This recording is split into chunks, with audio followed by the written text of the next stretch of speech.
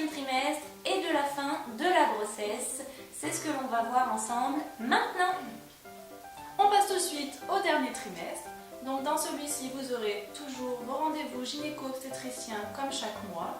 Au cours de ce dernier mois, vous aurez besoin d'aller voir aussi un anesthésiste afin de préparer au mieux votre accouchement.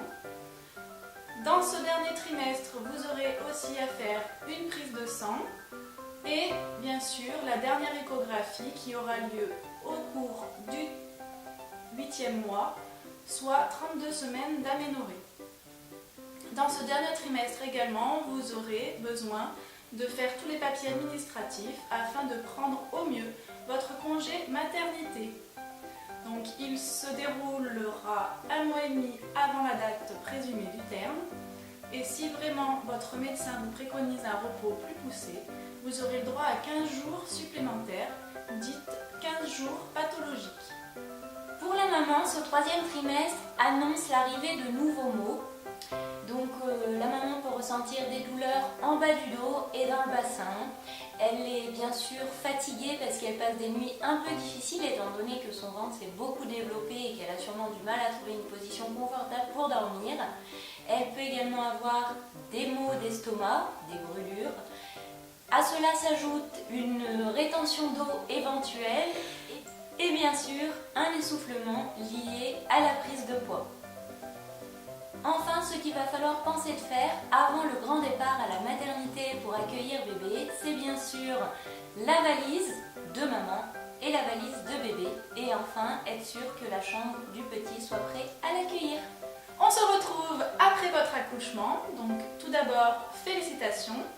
Vous avez accouché, mais il vous reste quelques papiers administratifs à effectuer.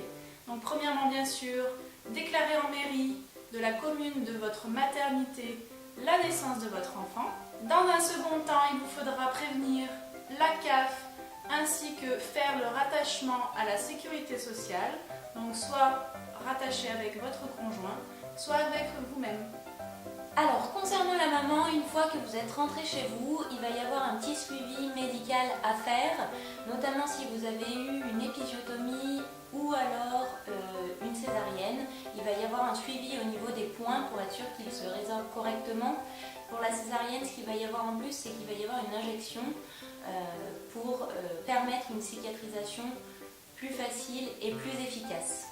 Ensuite, 1 mois après l'accouchement, il va falloir faire pour les personnes qui ne sont pas immunisées contre la toxoplasmose une prise de sang. Et enfin, 6 semaines après l'accouchement, on commence la rééducation du périnée. Il va y avoir environ 10 séances en fonction de l'état de votre périnée.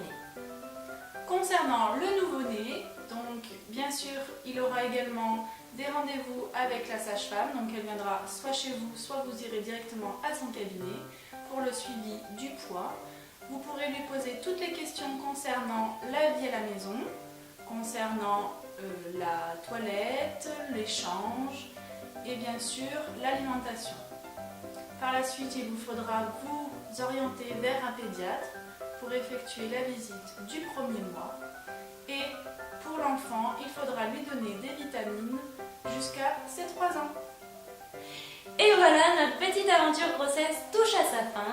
Donc en espérant que toutes ces petites vidéos vous auront plu et répondu à vos questions, n'hésitez pas à la liker, à vous abonner et à laisser également tous vos commentaires et questions en dessous de cette vidéo. En attendant, on vous dit à la semaine prochaine. Bye bye!